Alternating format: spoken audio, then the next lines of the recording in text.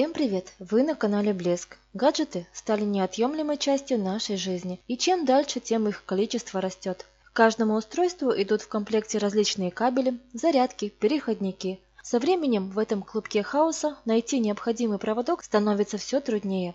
Знакомая ситуация? Попробуем распутать клубок и навести порядок в ящике. Сегодня я хочу поделиться способами организации порядка на рабочем или игровом месте. Первый способ подойдет любителям шитья. Я буду делать угловой органайзер для своего ящика. Его размеры 28 на 31 см, вместе 59. Это и будет длина изделия. Высота 11 см. Я буду выкраивать по своим замерам, а вы уже подставите свои числа. Необходимо вырезать из ткани две детали. Длина первой детали 59 см плюс припуски на швы, а ширина 22. Это двойная высота. И еще плюс припуски. Вторая длиной 95 см и шириной 11 плюс припуски на швы со всех сторон. Также понадобится резинка длиной 59 см. Размер припусков на швы зависит от способа обработки края полотна. То есть, чтобы не растрепывались края, их можно обметать или дважды завернуть и застрочить. Если линия среза в виде зубчиков, то края тоже осыпаться не будут. Теперь рассмотрим, как рассчитать длину узкого отреза ткани.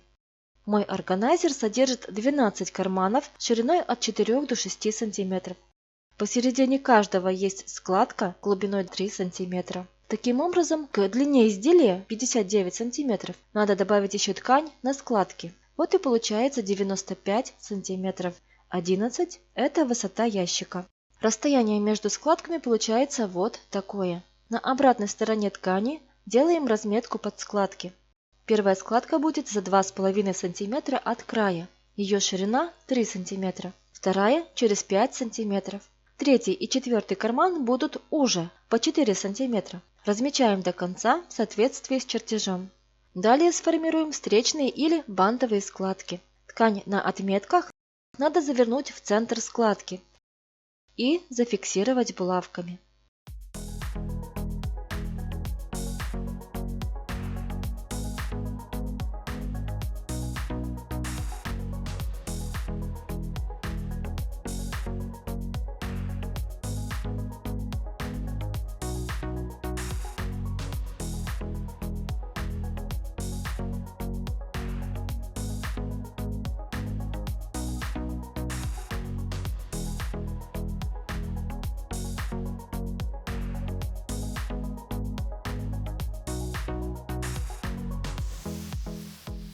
Широкую деталь кладем на стол лицом вниз. Полоску с драпировкой накладываем сверху, тоже лицом вниз, и совмещаем края. Можно скрепить булавками. Прострачиваем на машинке или сшиваем вручную.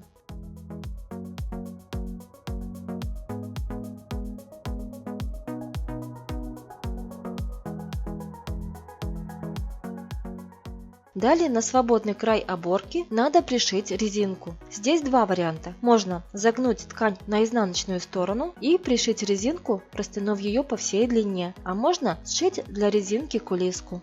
Главное условие, чтобы высота этой детали от линии шва была 9 см, то есть на 2 см меньше, чем высота готового изделия. Дважды подгибаем край на обратную сторону и линии изгиба проглаживаем. Прокладываем шов.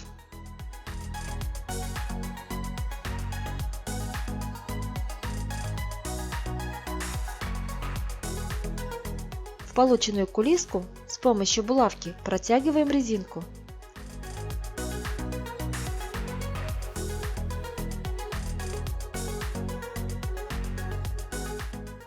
Концы закрепляем швом.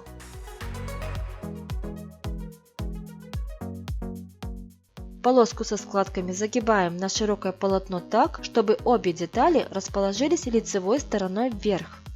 Боковые стороны фиксируем булавками и разглаживаем шов снизу. Теперь булавками намечаем границы карманов, сначала снизу.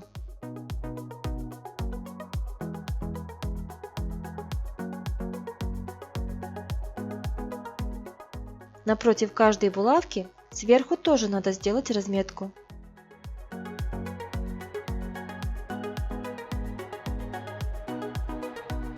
Далее по намеченным линиям прокладываем швы.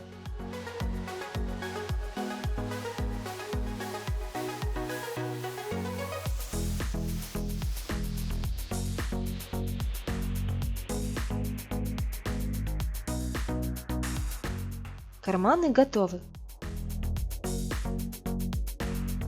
Последний свободный край ткани следует подвернуть наизнанку. Проглаживаем линию сгиба и застрачиваем. Заготовку сворачиваем книжкой, лицевая сторона скрылась внутри. Необходимо прошить боковые края.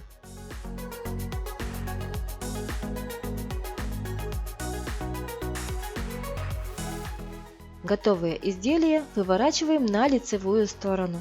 Спереди карманы, а сзади будет одеваться на каркас. Для его изготовления я использую две стенки от кукольной коробки. Соединяю их под прямым углом. Еще лучшим вариантом было бы склеить такой каркас из фанеры. Натягиваем ткань на картон и устанавливаем органайзер в ящик.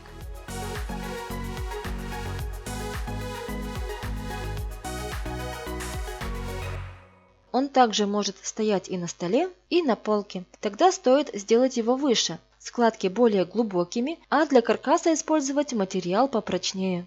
Второй способ упорядочить провода проще. Для него понадобятся трубки диаметром 3-4 см и высотой около 10 см. Это может быть порезанная пластиковая труба, катушки от ниток или картонные втулки от бумаги. Их надо закрепить на плоскости. Для этого можно использовать коробку. Мне хватит лишь две стороны от нее. Теперь просто приклеиваем цилиндры к коробке и друг к другу.